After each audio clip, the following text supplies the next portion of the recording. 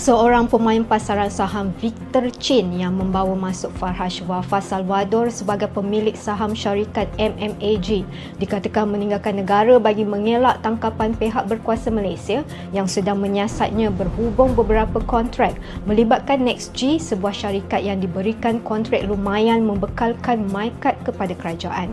CNA berkata hubungan antara Victor dan Farhas mula merosot, mendorong Chin untuk mencari pembeli lain bagi rangkaian syarikatnya. Pada 17 November, NextG mengumumkan Victor telah meletakkan jawatan. Susulan itu, seorang lagi orang kuat Anwar, Ishak Ismail, telah mula bertapak dalam NextG, mencetuskan perselisihan dengan Farhas. Menurut laporan itu, ia memetik sumber yang berkata Ishak telah mengambil alih 25% kepentingan dalam NextG bernilai 300 juta ringgit.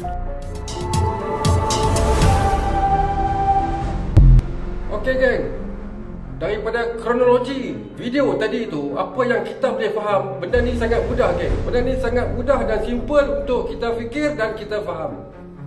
Okey, apa yang berlaku sekarang ni di kem Anwar Ibrahim. Right? Okey. First kali Anwar Ibrahim dia dah buat satu kesilapan besar apabila dia melantik Farhas Salvador ni sebagai proksi dia. Anwar ni, dia lantik Farhas ni, aku anggap sebagai proksi Anwar Ibrahim. Dulu Farhas ni, okey, dia ni setiausaha sulit Anwar Ibrahim dulu. Bila Anwar Ibrahim nak jadi Perdana Menteri, Farhas ni dia letak jawatan dalam politik semua. So dia melakukan kerja-kerja proksi daripada Anwar Ibrahim. Kronologi daripada video tadi nak cerita pada awal tak bagi apa faham. Benda yang paling senang untuk rakyat Malaysia faham. Okey.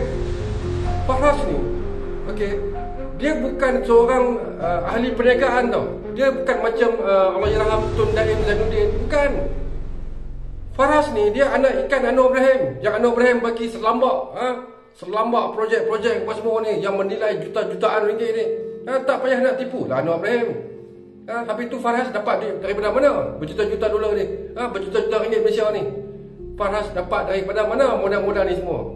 Dan sekarang kalau kita tengok, Farhas ni, syarikat dia ni telah mengalami kerugian beratus juta ringgit Malaysia. Kalau ini duit rakyat, berapa juta pula rakyat kena tanggung untuk nak mengamburi semua perkara-perkara macam ni? Ini yang aku nak sentuh daripada kronologi video tadi tu. Alright.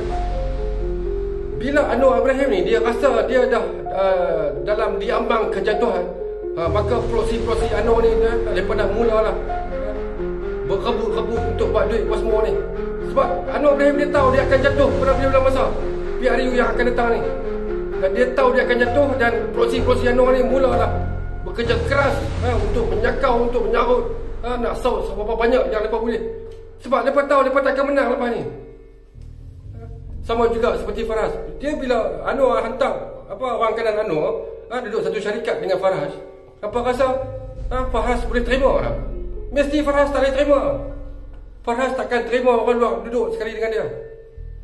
Dan Farhas pun dia lupa, dia ni bukan seorang ahli perniagaan. Farhas ni seorang broker. Bila seorang broker buat kerja macam ni, memang melingkup. Apa tengok, senang-senang saja. Seorang Chinese, berbangsa Chinese, buat kat Farhas, senang-senang kan. Tarik ceraf, terus dia belah.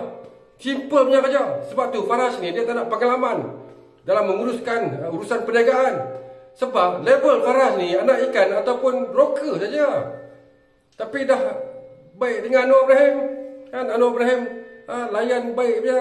Tak apa nak kata betul tak? So apa boleh buat?